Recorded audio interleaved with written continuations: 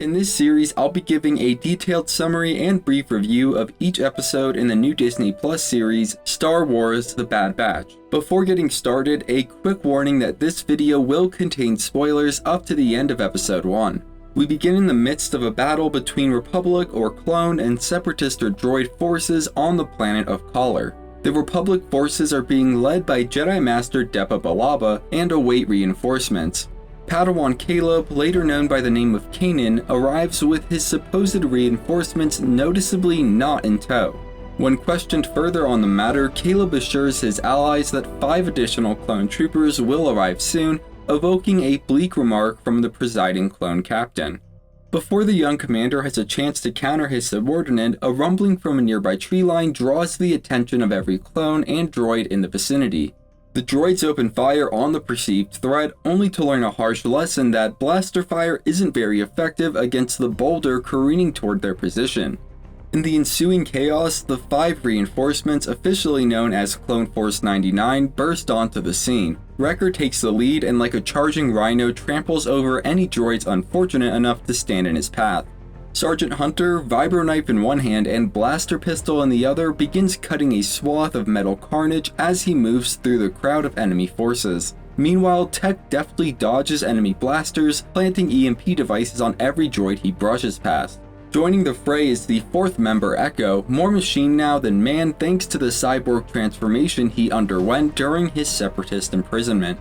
Far off in the distance, the 5th member of Force 99, nicknamed Crosshair, uses his trademarked 773 Fire Puncher sniper rifle to pick off enemy droids with a level of precision that is remarkable given the clone status. With smaller forces largely taken care of, Force 99 pulls off a coordinated tactic to send the 3 enemy AATs reeling over the edge of a nearby cliff. Force 99 dispatches the remaining droids with some well-placed blaster shots and an expertly planted thermal detonator. In a clear sign of victory, a celebratory shockwave washes over the battlefield. Sergeant Hunter urges the General Jedi Master to launch a counterattack, exemplifying Force 99's notorious disregard for showing deference toward military superiors and earning a rebuke from the clone captain. However, the Jedi General isn't nearly as put off by Hunter's curt demeanor. Agreeing with his suggestion, she officially orders a counterattack. As the majority of Republic forces head towards a new battle, Depa remarks at the display put on by Force 99 before asking where her actual reinforcements are. Hunter informs her that they were rerouted to the capital. Tech goes on to share recent intel, stating the Clone War may soon be over due to Obi-Wan Kenobi's confirmed run-in with General Grievous on Utapau, following with a prediction that defeating Grievous would lead to a quick and absolute collapse of the Separatist movement and forces. Even so, Force 99, which will mostly be referred to as the Bad Batch from here on out, turns toward the more immediate concern of the counterattack, heading off with Padawan Caleb to join the other troops. Depa's prideful watch over her departing Padawan is interrupted by a disturbance in the Force, followed by the sound of an activating hologram and 3 words: "Execute Order 66." Like an army of sleeper cells, the clones that moments before were second to none in loyalty for the Jedi General turned their blasters on her and opened fire. Reacting instinctively, she dodges the unprovoked attack and draws her lightsaber. Caleb, hearing the sound of blaster fire emanating from his point of departure, turns to see his master, mentor, and teacher fighting for her life. While putting up a good effort, she's quickly surrounded and clearly won't last long. Seemingly unaffected by the mind-controlling effects of Order 66, the Bad Batch are baffled at the sight of their fellow clones turning on the Jedi Master. Caleb darts towards Depa, but she calls to him, telling him to run before being gunned down by her own troops. Listening to his mentor's final words, Caleb runs from the near certain death, but is brought up short by the approach of the Bad Batch from the other direction. Clearly distrusting of anyone wearing clone armor, Caleb warns the Bad Batch to stay away and flees into the nearby forest of pine trees. In a state of puzzlement, the Bad Batch takes stock, trying to figure out how a standard operation could go off the rails so quickly. Tech notes the repeating directive of Order 66, but except for Crosshair, every member of the Bad Batch expresses a complete lack of knowledge about the Order's meaning. Hunter orders Echo and Tech to talk with the captain and find out what they can. Meanwhile, he asks Crosshair to join him in tracking down the Padawan. Finally, he leaves Wrecker with the responsibility of stalling anyone that tries to follow them. Crosshair and Hunter eventually track down the frightened Padawan, spotting him up on the branch of a nearby tree. Hunter assures Caleb that they mean him no harm, a message that is somewhat undermined when Crosshair takes a pot shot at the kid, who quickly deflects it with a swipe of his saber. Needless to say, whatever slim chance for trust there might have been was completely destroyed by the sharpshooter's uncalled for attack. Justifiably angry, Hunter questions Crosshair for his actions. Crosshair's response is, following orders. Hunter responds with an order of his own, telling Crosshair to stand down until they know exactly what's going on. A squad of regular clones is heading to the forest when Wrecker assures them that Hunter is handling it. They brush him off like an irresponsible student brushes off homework and continue with their pursuit. In response, Wrecker informs Hunter about the impending regs. As Hunter and Crosshair continue their search for the Padawan, Tech communicates the grim nature of Order 66 to him. The order is to execute the Jedi, and it has somehow convinced the regular clones that all of the Jedi have committed treason. Unlike Hunter, who is only further confused by this revelation, Crosshair takes a measure of comfort in the news, claiming that it explains things. Only moments after, Crosshair spots the Padawan in a different tree and knocks the supposed traitor from his perch with another accurate rifle shot.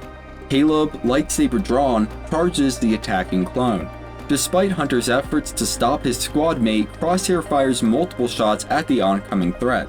The young Jedi blocks or evades every single blaster shot headed his way. Upon reaching Crosshair, he slashes at the sniper rifle, disabling it.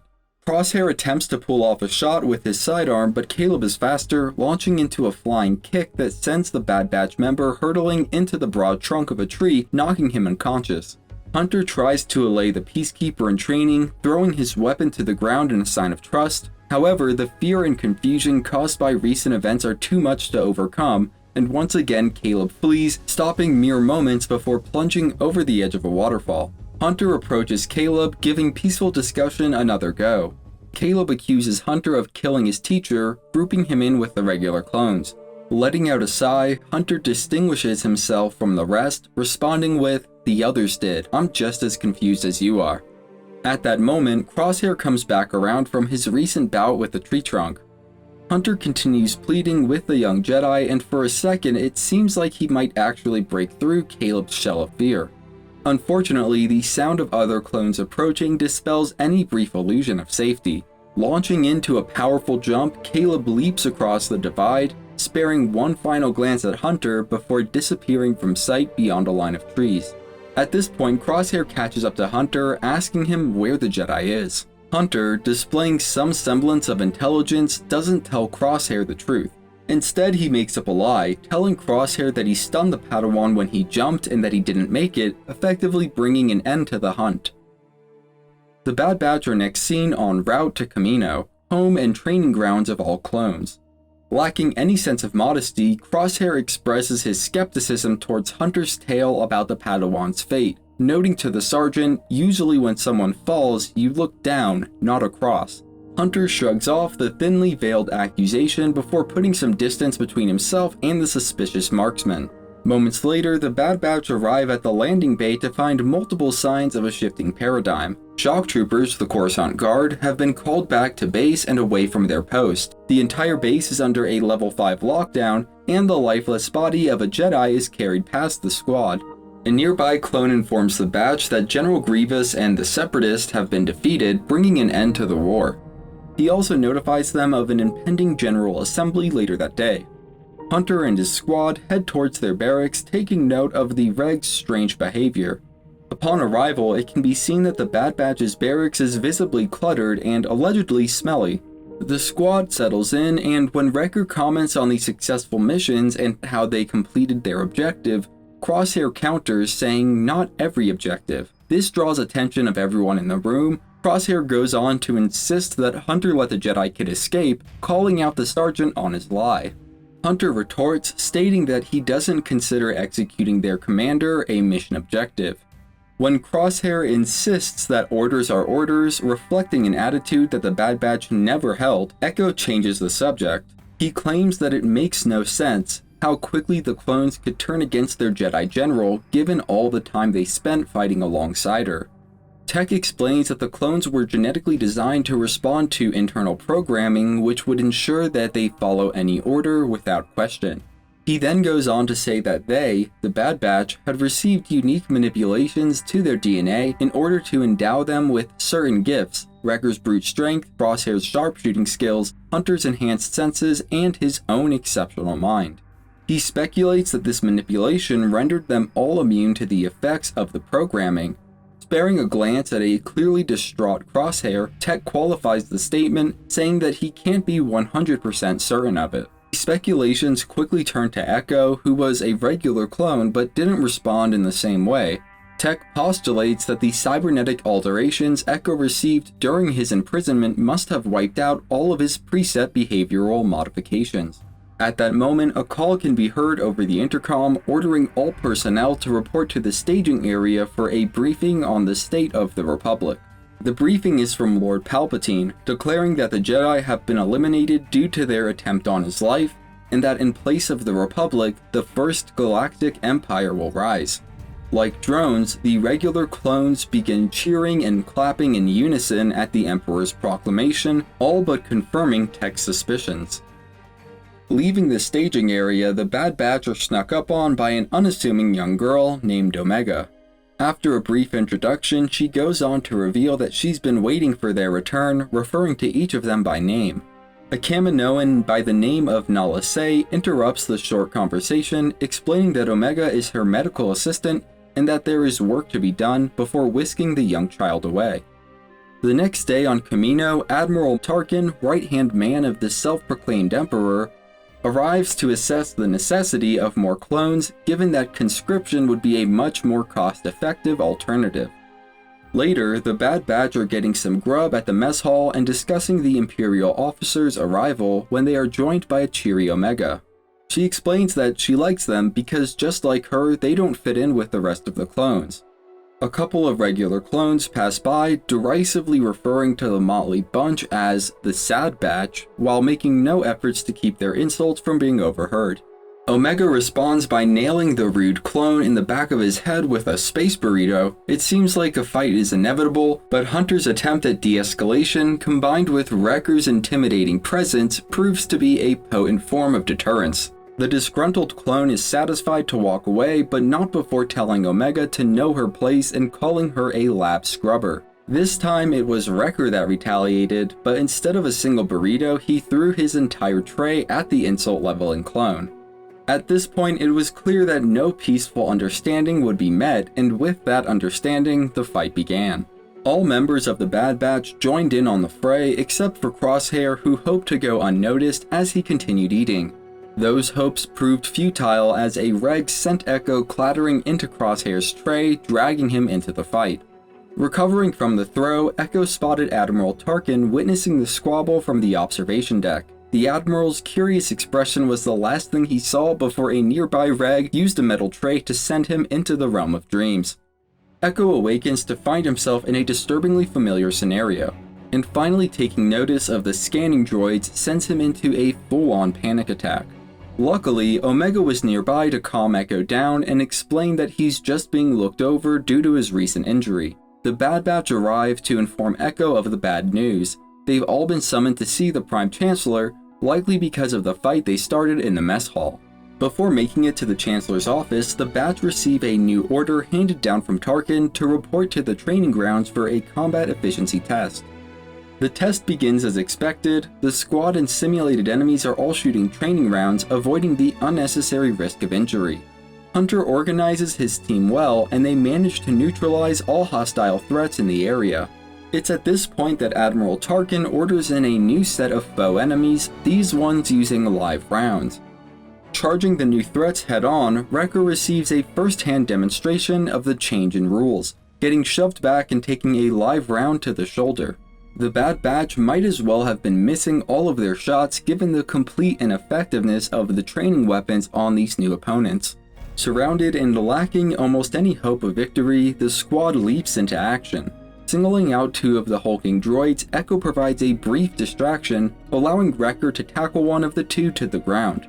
Circling back around, Echo leaps atop the shoulders of the second droid, using his socket arm to drill away at the giant's neck joint and disabling it. Tech arrives on the scene and begins reprogramming the droid held down by Wrecker. Witnessing the squad's creative approach to problem solving, Admiral Tarkin manages to look genuinely impressed, albeit barely. With the droid reprogrammed and under Tech's control, the goggle-eyed clone boards his new pet as if it were some sort of bipedal unicycle of death. Guiding it around the arena, he uses it to fire live rounds into its fellow bots, these shots proving much more effective than those from the training weapons. The rest of the squad makes use of the momentum provided by their new asset, leaping into action. Though they may not have blasters with stopping power, Echo still has his socket arm. On top of that, Wrecker and Hunter both have knives of their own, although the former could hardly be bothered to make use of it, opting to use his formidable strength instead. A final droid manages to blast down Tech's new ride, sending the gifted trooper tumbling to the ground. It's at this point that, lacking a knife of his own, Crosshair decides to borrow Wrecker's. After taking a moment to prepare, Crosshair prompts his burly comrade to pass over the sharp implement. With no time to spare, Wrecker obliges. Rather than catch it, Crosshair squeezes off a well-timed shot at the twirling knife, sending it flying directly into the face of the last droid, disabling it and officially ending the combat test. Face contorted halfway between an expression of surprise and annoyance, the Admiral stalks off, but it's safe to say that the Bad Batch passed their evaluation. Later, Tarkin asks for more info on Clone Force 99. Nala Se informs Tarkin that there are 5 enhanced clones in total. While they are gifted, the Admiral expresses concerns about their disobedience and disregard for orders. Admiral Tarkin has also learned that one of the 2 Jedi on Kaller was allowed to escape thanks to a report filed by Crosshair on the matter. Given her role as medical assistant, Omega is able to stand by and listen as Tarkin discusses with the Kaminoans, scheming up a new test for Force 99. However, this one is intended to assess their loyalty to the Empire rather than combat effectiveness. Back at the barracks, the Bad Batch exhibit varying levels of indignance at having just been used for live fire target practice. The shared anger is quickly doused with the arrival of the Admiral, there to give them a new assignment. On the surface, the mission seems simple and straightforward. Head to the Onderon sector and eliminate a group of insurgent separatist forces intent on keeping the galaxy at war. However, as the Batch are preparing to leave, Omega warns Hunter that Admiral Tarkin is out to get them, and their mission likely won't fit the description they were given. Omega also asks if she can go with the squad to escape Kamino, but Hunter refuses, not wanting to put her in the danger that comes with the mission. And with that, the Batch departs for Onderon. Arriving on the alien world, Hunter and his squad mates begin a covert perimeter scan of the area where the insurgents were last spotted by Imperial forces. Tech scans for droid signatures but is unable to find so much as a trace of their presence. Surreptitiously approaching the insurgent camp, the Bad Batch are surprised to find a band of people, children among them. Crosshair, all other faults aside, is practically unfazed by this development, almost unable to hold his fire. Hunter orders his men, mainly Crosshair, to stand down. Before Crosshair can really object, the team is ambushed by rebel troops from multiple angles. While the rebels didn't immediately open fire on the intruding clones, it was made clear by their grave expressions that even the slightest act of aggression would be tantamount to suicide. Hunter manages to convince all but one of his men to surrender. After a moment of consideration, Crosshair acquiesces, putting down his rifle. It was more an act out of self-preservation than any sort of loyalty to Hunter.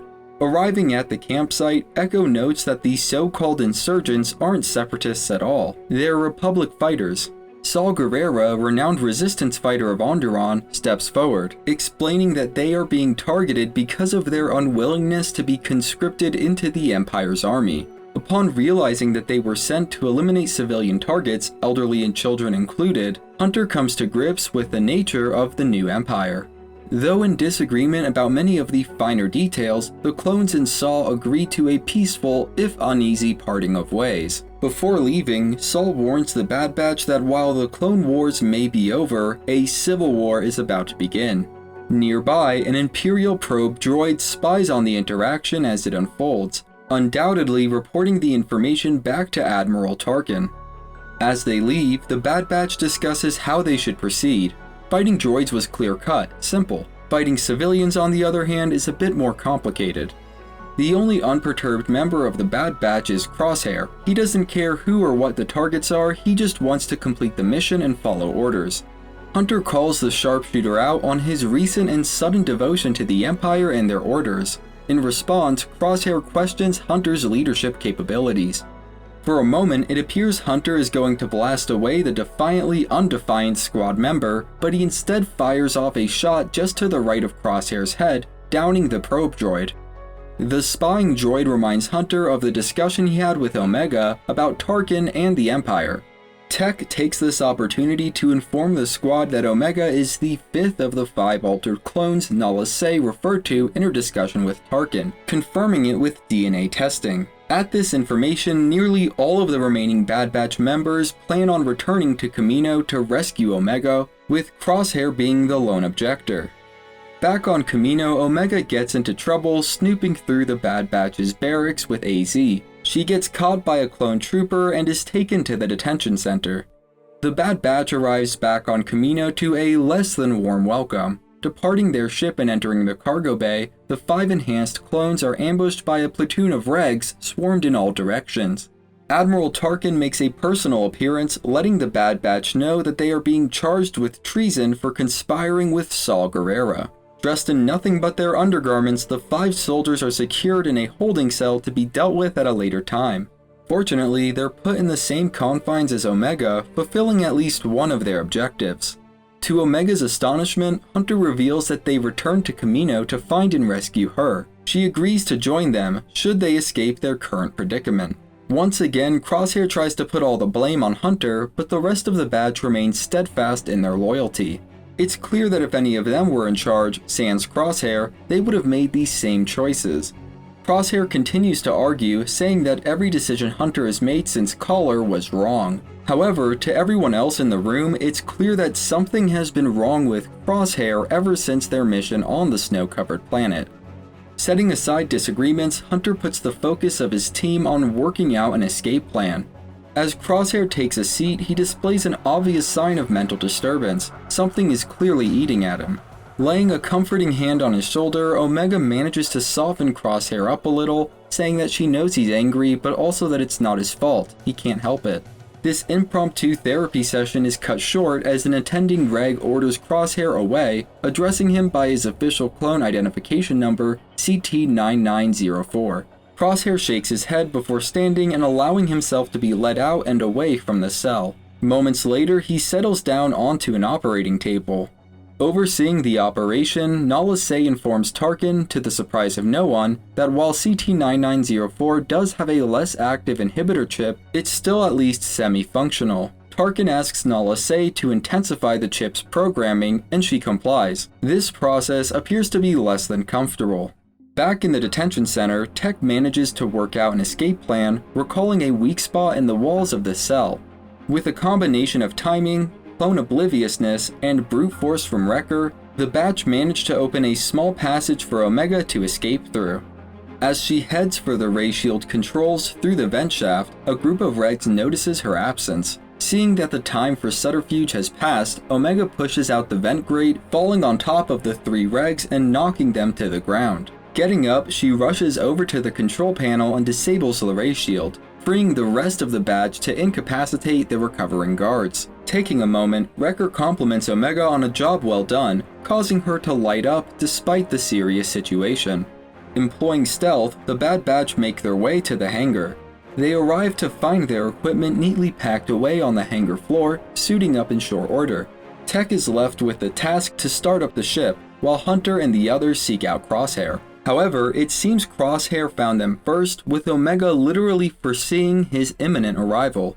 Fashioned in a new set of Imperial armor, Crosshair, along with a squad of regs, move into the hangar, weapons all aimed at the renegade clones. Giving one last attempt, Hunter tries to convince Crosshair to snap out of it. However, the brainwashed sniper is now fully convinced that it's Hunter that fails to see the bigger picture, giving the batch an ultimatum, one last chance to surrender. This order doesn't go over well with the notoriously disobedient clones. A moment stretches out as the two former comrades stare each other down. Crosshair breaks the silence, firing off a shot on a direct course with Hunter's face. Hunter dodges low, taking cover behind a crate. Throwing a couple smoke grenades, the regs begin moving in. Crosshair stays back. Using a sniper equipped with a thermal scope to see through the fog, he provides cover fire. Setting a plan into action, Wrecker uses his immense strength to swing two container lids together, clearing away the smoke, before hurling the two lids at the regs, taking down all opposition aside from an evasive Crosshair and one lucky reg. While it was inarguably effective, the offensive move also left Wrecker out in the open, exposed. Crosshair capitalized, hitting Wrecker in the shoulder with a blast that sent the large man sprawling. While Tech has just about finished prepping for takeoff, Hunter still needs to figure out how to rescue Wrecker and get the rest of his squad aboard the ship without getting shot by the sniper. Keeping the badge pinned down, Crosshair orders the remaining reg to seal the bay doors. However, it appears that Nalase is remotely overriding the controls, giving crucial time for the badge to escape.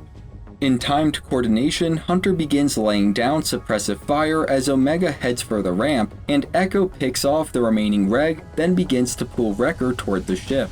Eventually, Hunter stops shooting to help Echo with Wrecker, a potentially fatal mistake as it allows Crosshair to take aim at his former squad leader. Just before squeezing the trigger, a blaster shot knocks Crosshair's sniper from his hands, a shot that was fired by the surprisingly accurate Omega. The unexpected act baffles Crosshair for an instant. However, he quickly recovers, unholstering his sidearm to finish the job.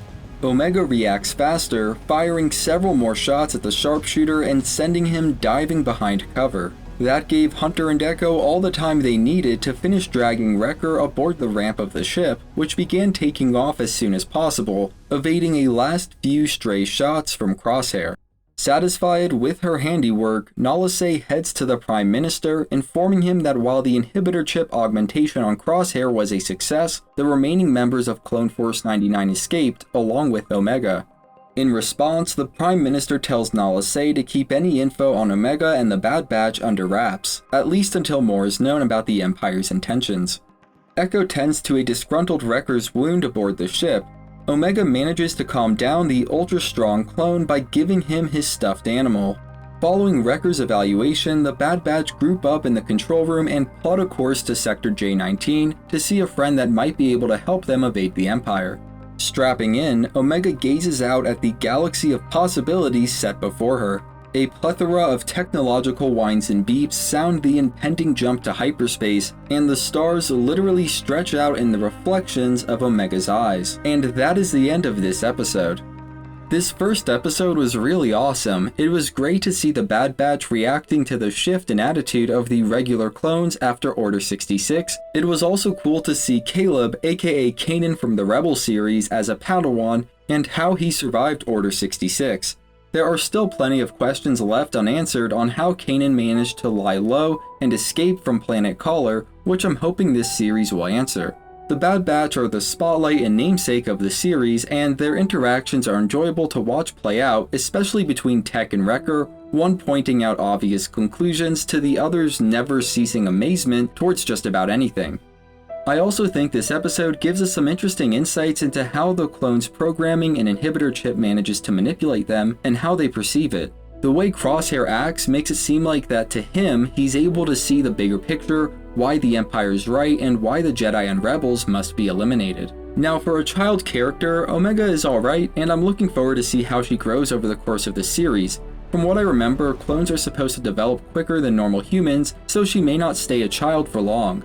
And to anyone being put off by her as a child character, just remember that Ahsoka Tano was also a child character at one point, and now she's one of the most beloved characters in all of Star Wars. Given that the same person that created Ahsoka Tano, Dave Filoni, is also the one behind Omega, I'm willing to give her the benefit of the doubt. Anyways, that's all I've got for episode 1. If you want to be notified when I release these videos for future episodes, be sure to subscribe. You're also helping me feed my cat. Her name's Marshmallow.